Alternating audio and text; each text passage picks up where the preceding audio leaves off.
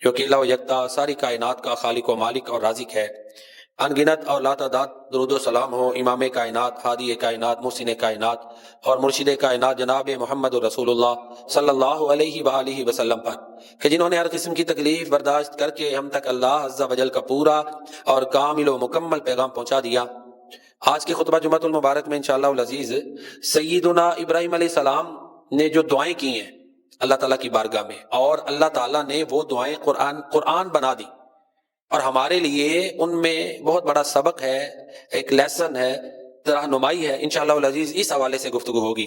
ابراہیم علیہ السلام کی قرآنی دعائیں اور ان سے ہمارے لیے رہنمائی، تو ترتیب سے ہم کوشش کرتے ہیں کہ ان کو دیکھیں۔ ابراہیم علیہ السلام کی جو پہلی دعا ہے وہ انہوں نے مکہ مکرمہ کے لیے کی، جو قرآن میں ہے، کہ انہوں نے یہ کہا کہ یا اللہ اس کو امن والا شہر بنا دے۔ فَإِذْ قَالَ إِبْرَاهِيمُ رَبِّ اجْعَلْ هَٰذَا بَلَدًا آمِنًا۔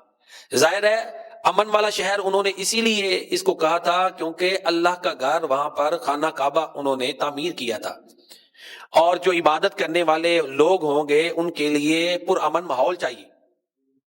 ان کا مقصد یا اس کے پیچھے جو نیت تھی وہ یہ تھی کہ لوگ یہاں پر امن کے ساتھ آ کر اے اللہ آپ کی عبادت کریں۔ اللہ اکبر ہیں انبیاء کے دیکھیں نا نیتیں، کہ لوگ تیری بندگی کریں، پرامن ماحول ہو، کیونکہ خوف اور خطرے والے ماحول میں اس طرح بندہ توجہ انہماک کے ساتھ عبادت نہیں کر پاتا۔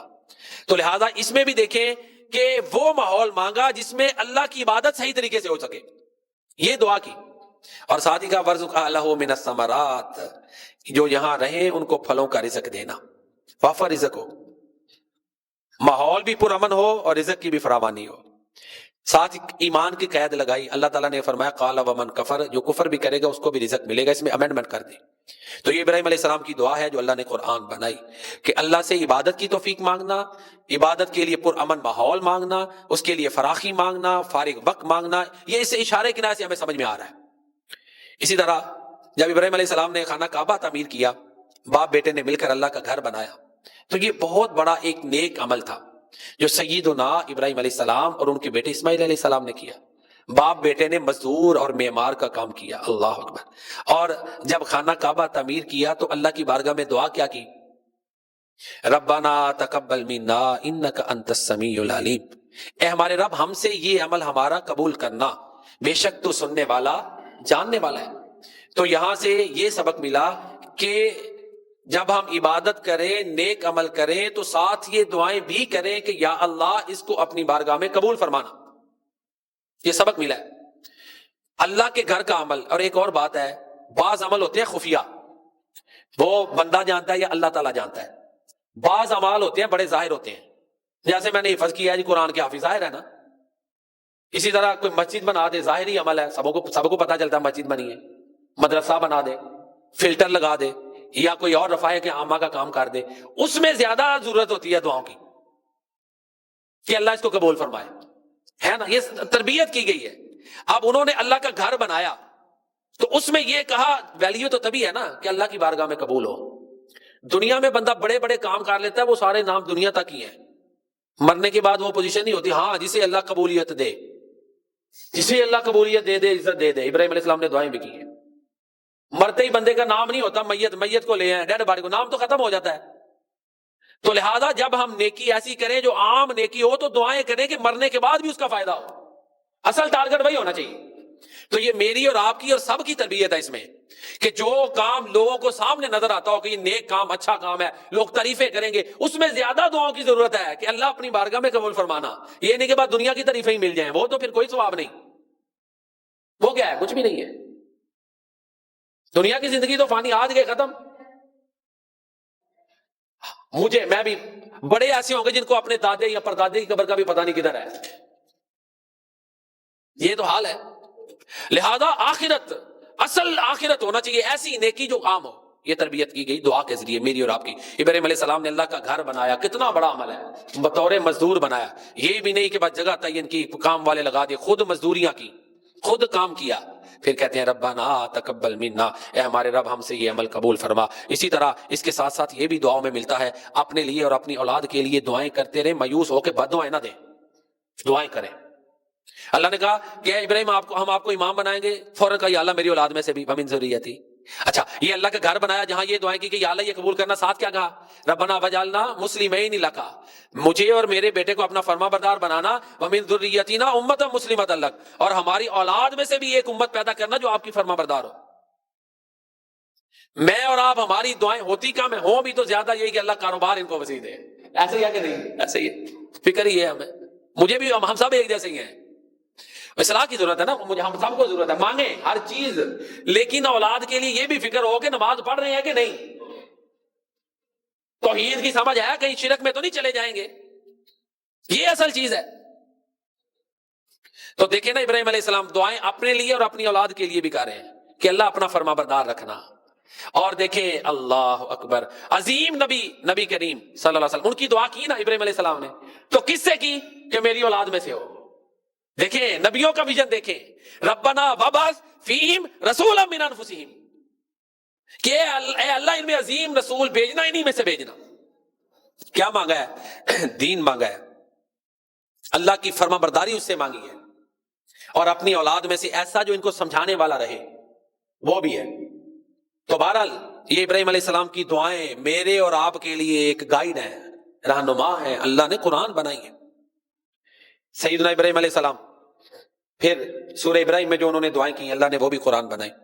اپنی اولاد کے لیے یہ دعا کر رہے ہیں کہ اے اللہ ان کو بت پرستی سے بچانا، وَجُنُبْنِي وَبَنِيَّ أَن نَعْبُدَ الْأَصْنَامَ، مجھے اور میری اولاد کو اس بات سے، حالانکہ نبی ہیں وہ، کہ ہم بتوں کی پوجا کریں۔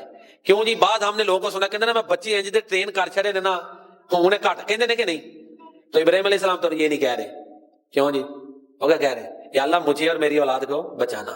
اللہ اکبر، یہ نہ کہ جی میں نے ان کو اتنی توحید پڑھا دی ہے، ان کو اتنا قرآن پڑھا دیا ہے کہ اب یہ بات نہیں۔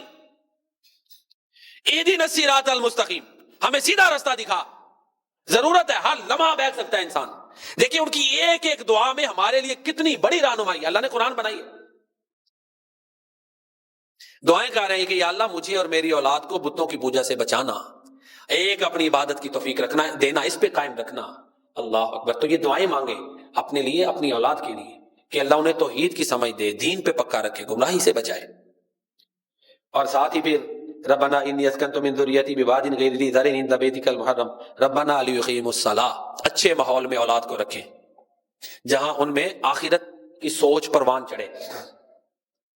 ایسے لوگوں میں نہ چھوڑیں کہ جن کا دنیا ہی مطمع نظر ہے اور حلال حرام میں فرق بھی نہیں کر رہے، پھر تو ظاہر ہے کیوں جی صحبت کا اثر تو ہونا ہے نا۔ جب ہر وقت ہی مال کی بات ہے اور کریں کاروبار کی، اچھی بات ہے، رزق حلال ہے، نمازیں پڑھ رہے ہیں، رزق کی سوچ ٹھیک ہے، لیکن اگر ان میں بیٹھ گیا جو حلال حرام کی فرق ہی نہیں کر رہے، پھر کام خطرناک ہے۔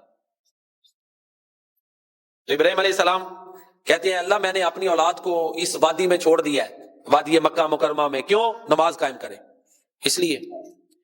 بڑے کسی تہذیب یافتہ علاقے میں نہیں چھوڑا ہے جی، ایڈوانس علاقے میں جو بڑی ترقی والا ہے۔ کتنی قربانیاں ابراہیم علیہ السلام کی، تو اللہ نے منصب امامت پھر ایسے تو نہیں نہ عطا کیا، قربانیاں بڑی ہیں۔ سب سے پہلے اپنے بچوں کی قربانی دی ہے۔ وادی مکہ مکرمہ میں کوئی گھر ہی نہیں تھا، بیوی اور اسماعیل علیہ السلام کو چھوڑا، کیوں؟ سورہ ابراہیم پڑھ لیں، نماز قائم کریں، تیری بندگی کریں، اور پھر ساتھ دعائیں بھی کر رہے ہیں، باپ ہے نا، دعائیں بھی کر رہے ہیں۔ فَجْعَلْ أَفْئِدَةً مِّنَ النَّاسِ تَهْوِي إِلَيْهِمْ، لوگوں کے دلوں کو ان کی طرف مائل کر دینا۔ اس میں یہ بھی ہے کہ لوگوں کی ضرورتیں ان سے وابستہ کرنا، یہ لوگوں کے پاس چل کے نہ جائیں، لوگ ان کے پاس آئیں، اور اللہ نے واقعی زمزم کی شکل میں ایسے کیا کہ نہیں کیا؟ وَارْزُقْهُم مِّنَ الثَّمَرَاتِ لَعَلَّهُمْ يَشْكُرُونَ، باپ کی رمق ہے، اے اللہ ان کو وافر رزق بھی دینا، تیری بندگی میں لگے ہوئے ہیں۔ اللہ اکبر، تو یہ ابراہیم علیہ بنا دی۔ اور ربی جعلنی جو نماز میں پڑھتے ہیں سلام پھیرنے سے پہلے، ابراہیم علیہ السلام کی دعا ہے، ربی جعلنی مقیم الصلاۃ، اے اللہ مجھے نماز قائم کرنے والا بنا، میری اولاد کو، ربنا تقبل دعا، اے اللہ میری دعا قبول کر۔ ادھر کیا کہا ہے؟ ہمارے رب ہمارا نیک عمل قبول کر، ادھر کہا کہ اے ہمارے رب ہماری دعا قبول کر۔ تو اللہ سے دعائیں کریں کہ اللہ ہماری دعائیں بھی قبول کرے، یہ نہ ہو کہ وہ دعائیں، حالانکہ ابراہیم علیہ السلام کی دعا قبول ہونی تھی، وہ نبی تھے، یہ میرے اور آپ کے لیے رہنمائی ہے۔ اور ساتھ بخشش کی دعائیں، کہ یہ نہیں کہ میں نے بڑے عمل کیے اللہ نے مجھے بخشنا ہی بخشنا ہے۔ کچھ لوگ یہ ایسے جملے بولتے ہیں، ہم کیا دیتے ہیں، تو اللہ فرماتے ہیں ربنا اغفر لی ولوالدی، ابراہیم السلام کہا ہے میرے رب مجھے بخش دے، میرے والدین کو بخش دے جس دن حساب قائم ہو۔ تو لہذا ہر وقت اس سے معافی بھی مانگتے رہنا ہے. بڑی ذات ہے نا, کسی بات پہ ناراض نہ ہو جائے, غصے میں نہ آ جائے. کیوں جی ایک بندہ چنگا بھلا چلتا ہے نا, تو بعد بندے نوں کسی گل تو غصہ لگ جاتا ہے نا کہ نہیں, وہ پھر دل چ دماغ چ بنتا, وہ اثرات خطرناک پھر ہوتے ہیں نا, اس کے اثرات خطرناک ہوتے ہیں. تو بندہ چل رہا ہے تو اللہ کے غصے سے اسی کی پناہ میں آنا ہے, وہی دار ہے. بڑی پیاری دعا ہے, اللہ تیرے غصے سے میں تیری رضا کے ساتھ تیری پناہ میں آتا ہوں. اللہ تجھ سے میں تیری ہی پناہ میں آتا ہوں. کدھر جانا ہے؟ یہ دعائیں اللہ کے پیارے نبی صلی اللہ علیہ وسلم نے سکھائی. تو ابراہیم علیہ السلام کی دعائیں اللہ نے قرآن بنا دی ہیں. تو یہ ربی جعلنی ہے. اسی طرح سورۃ الشعراء میں کہتے ہیں ربی حب لی حکما والحقنی بالصالحین, اے میرے رب مجھے حکمت عطا کر, مجھے نیک لوگوں میں شامل فرما. ربی حب لی حکما والحقنی بالصالحین واجعلنی لسان صدق فی الاخرین, پچھلے لوگوں میں میرا جو ہے نا سچائی کے ساتھ ذکر باقی رکھنا. واجعلنی من ورثۃ جنت النعیم, مجھے جنت النعیم کا وارث بنانا. جنت کا بھی سوال کیا, باپ کے لیے بھی بخشش کی دعائیں کرتے رہے, جگہ جگہ قرآن میں آتا ہے. لیکن جب اللہ نے روکا تب باز رک گئے, تب ابراہیم علیہ السلام باپ کے لیے بخشش کی دعا سے رک گئے, کرتے رہے. اولاد کے لیے, والدین کے لیے, اپنے لیے ابراہیم علیہ السلام اللہ تعالیٰ سے دعائیں کرتے تھے. لمبا عرصہ اللہ تعالیٰ نے سیدنا ابراہیم علیہ السلام کو دعا جو اولاد نہیں دی, ایسے ہی ہے نا, لمبا عرصہ اولاد نہیں دی. تو کیا کہا, ربی حب لی من الصالحین, اے میرے رب مجھے نیک اولاد عطا فرما. ان میں یہ بھی ہے استقامت کہ اللہ کے در سے جڑے رہنا ہے. یہ نہیں ایک دفعہ مانگا ہے, 2 دفعہ 3 دفعہ, چند ہفتے گزرے, مہینے گزرے ہے تو نہیں میں نے تو اتنی دفعہ مانگے اللہ نے دیا ہی نہیں. جو تاریخی روایات ہیں وہ 85 سال سے زیادہ ان کی ایج تھی جب اللہ تعالیٰ نے انہیں اسماعیل علیہ السلام عطا کیے. تو عام طور پہ تو 25-30 سال میں شادی, کتنا عرصہ گزر گیا, 40 سال کا دورانیہ بنتا ہے تقریباً, بلکہ اس سے بھی اوپر. اولاد نہیں, لیکن اللہ کا در نہیں چھوڑا. تو یہ ہے اللہ کے در سے چمٹے رہے. اور پھر یہ بھی نہیں بات لوگ کہتے ہیں یا اللہ اولاد دے پاویں جنج دی مرضی دے, یہ بھی نہیں مانگ, کیونکہ اولاد کی آزمائش بہت بڑی ہے. انسان ہے کمزور ہے. یہ معمولی سے انگلی ہے نا, ادھر ہی ناخن میں ریشہ پڑ جائے تو کیا پوزیشن ہو, معمولی سی تکلیف نہیں ہم برداشت کر سکتے, بڑے کمزور ہیں. لہذا یہ بھی سبق ملا کہ اللہ سے مانگنی ہے تو نیک اولاد, تاکہ اولاد جو ہے نا فتنہ نہ بنے. خلاصہ گفتگو یہ ہے کہ ابراہیم علیہ السلام کی دعائیں ہمارے لیے رہنما ہیں. کوشش کرنی چاہیے کہ ہمیں یہ دعائیں یاد ہوں اور انہی لفظوں کے ساتھ ہم اللہ تعالیٰ سے مانگے. اگر نہیں یاد تو ہم نے اللہ تعالیٰ سے مانگنا ہے. جو اللہ سے مانگے اللہ اس سے راضی ہوتے ہیں, جو نہیں مانگتا اللہ تعالیٰ اس سے ناراض ہوتے ہیں. اللہ تعالیٰ مجھے اور آپ کو ان لوگوں میں شامل فرمائے جو اللہ تعالیٰ کی بارگاہ سے مانگیں اور اللہ ان سے راضی ہو. آمین یا رب العالمین. جزاکم اللہ خیر.